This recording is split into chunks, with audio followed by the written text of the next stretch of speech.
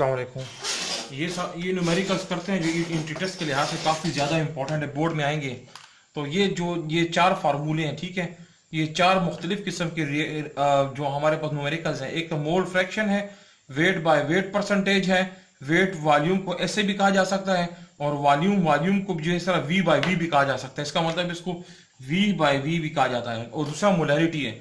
ये बहुत इंपॉर्टेंट। पहले मैं इन सब के फार्मूले आपको समझाता हूँ। उस फार्मूले को जब आप समझ जाओगे तो बाकी करना आपके लिए ज्यादा आसान हो जाएगा, ठीक है। अब सबसे पहले मैं मोल फ्रैक्शन के बारे में आपको समझाता हूँ। सबसे पहले मोल फ्रैक्शन होता क्या है और इससे रिलेटेड क्वेश्चन किस तरह आ जाता है। सवाल आपके सामने इस तरह आएगा, देखें सवाल आएगा। क्वेश्चन नंबर 2 को देखें। 2, the mole fraction of a water 2.5 mole in 10 mole of sodium chloride is. Mole fraction मालूम करो अगर पानी में 2.5 मोल है और 10 मोल ऑफ सोडियम क्लोराइड है। क्वेश्चन नंबर 2, मोल फ्रैक्शन मालूम करो अगर सोडियम क्लोराइड के अंदर 10 मोल है और उसके साथ 2.5 मोल ऑफ वाटर मौजूद है। ये दो क्वेश्चन सिमिलैरिटी इसी तरह ही आती है, ठीक है।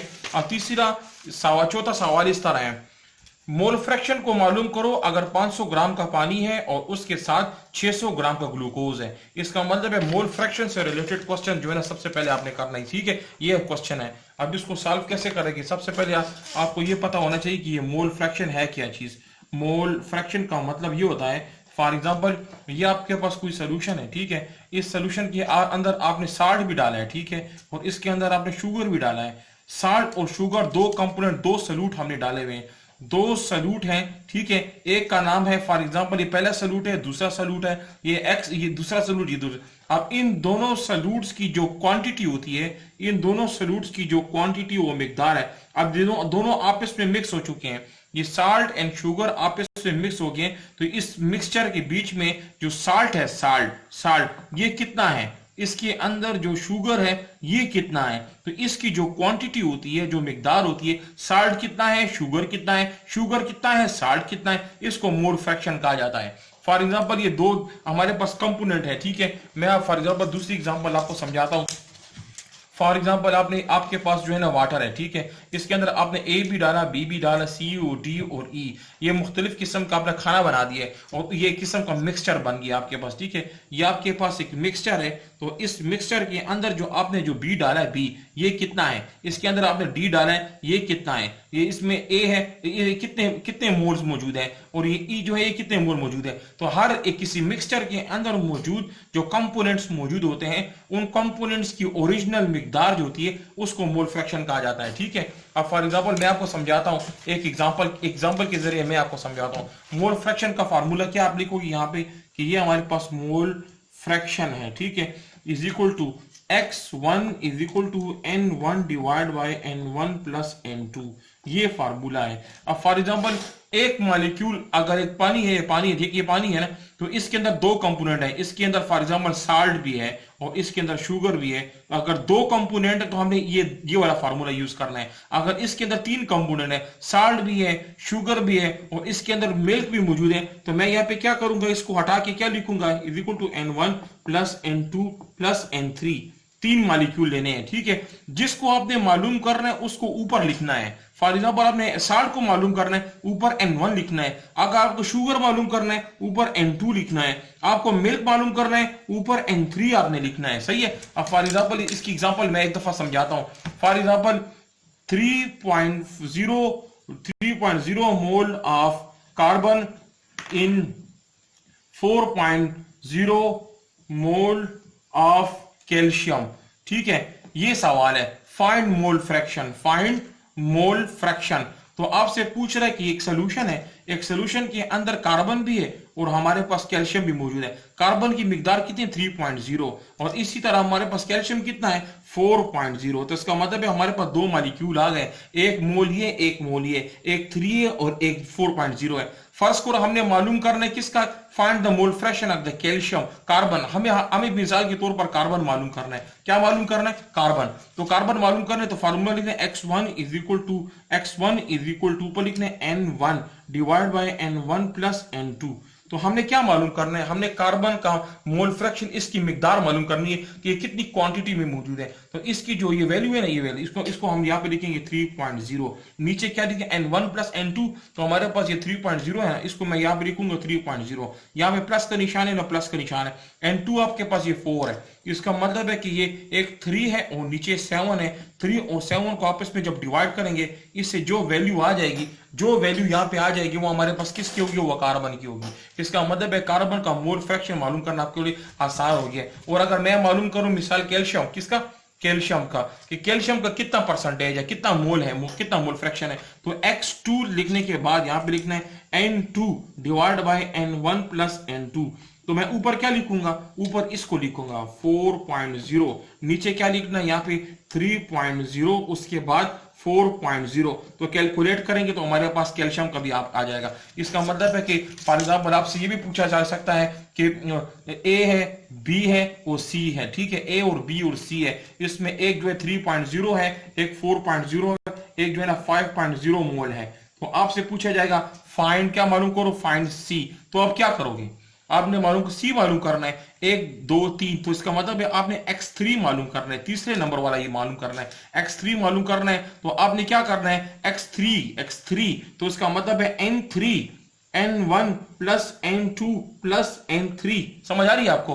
तो x3 लिखने के बाद ऊपर क्या लिखना है, ऊपर आपने ये कौन सी वैल्यू n3 है, इसको आपने यहाँ लिखना है। तो 5.0 डिवाइड बाय 3.0 प्लस 4.0 प्लस 5.0, तो आपके पास ये मोल फ्रैक्शन आ जाए। आपसे पूछे जा सकते हैं बी मालूम करो, कौन मालूम करो, बी मालूम करो, फाइंड बी। अगर हमें बी मालूम करना हो तो मैं यहाँ पे क्या लिखूंगा, मैं यहाँ पे लिखूंगा 4.0, ये बी है, बी। तो उससे आपके पास यहाँ पे हटा के क्या लिखूंगा 4.0। और आपसे पूछा जाएगा फॉर एग्जाम्पल ए मालूम करो, तो मैं यहाँ पे लिखूंगा 3.0 और यहाँ पे इसको मिटा के क्या लिखूंगा 3.0। तो आपके पास मोल फ्रैक्शन आ जाएगा।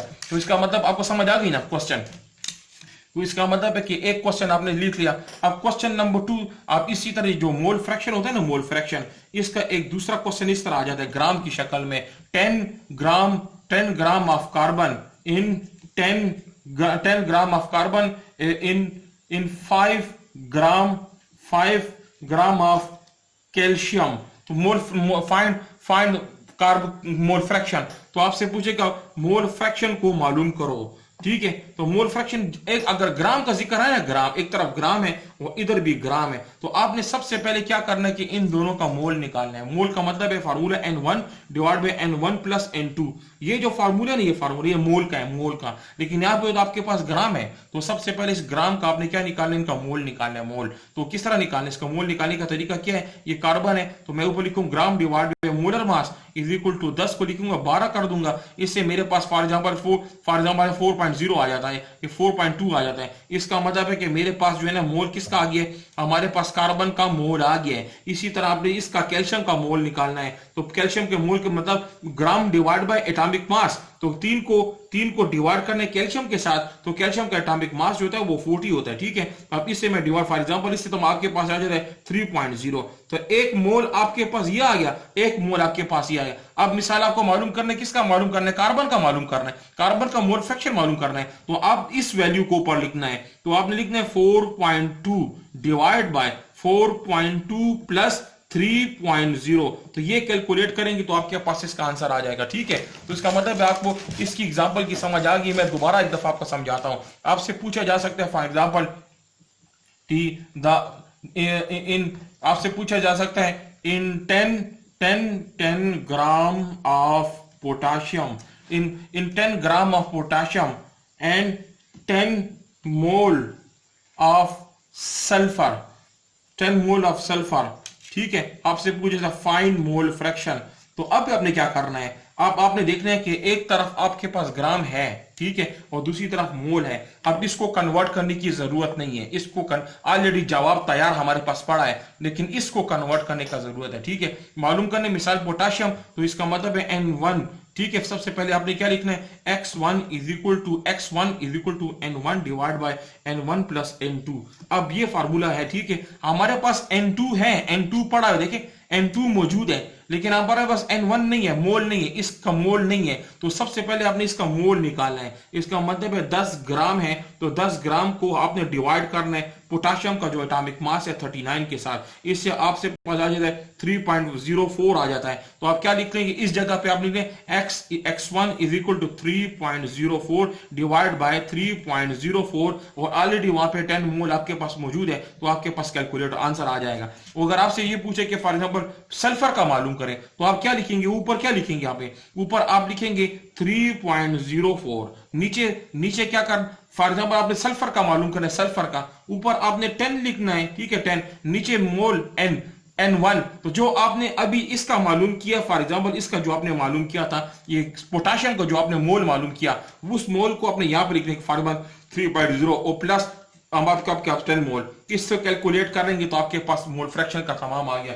इसका मतलब है मैंने आपको सवाल दे दिया, क्वेश्चन अब आपने करना है कि the mole fraction of a water for 2.5 मोल 10.5 मोल, ये आप करना है। मोल फ्रैक्शन 10 मोल है और 2.5 मोल है, तो आपने सोडियम क्लोराइड का भी निकालना है, वाटर भी निकालना है, वाटर का भी निकालना है, सोडियम क्लोराइड का निकालना है। तो इसको मैं अगर उल्टा करता हूं तो हमारे पास यहाँ पे किसका आ रहा है, मोल फ्रैक्शन ऑफ द 5 ग्राम। अब यहाँ पे ग्राम है, ठीक है, और यहाँ पे भी ग्राम है। तो आप क्या करोगे, पहले इन दोनों ग्राम्स को मोल में कन्वर्ट करने के बाद, जब उनको आपने कन्वर्ट कर दिया, तो आपने फार्मूला लिखना है x1 is equal to N1 divide by N1 plus N2। ये फार्मूला आपने मोल में उनको जब कन्वर्ट करना ज्यादा लाजमी है, तो सबसे पहले कन्वर्जन कर ली है, एक चीज आपने कर ली थी।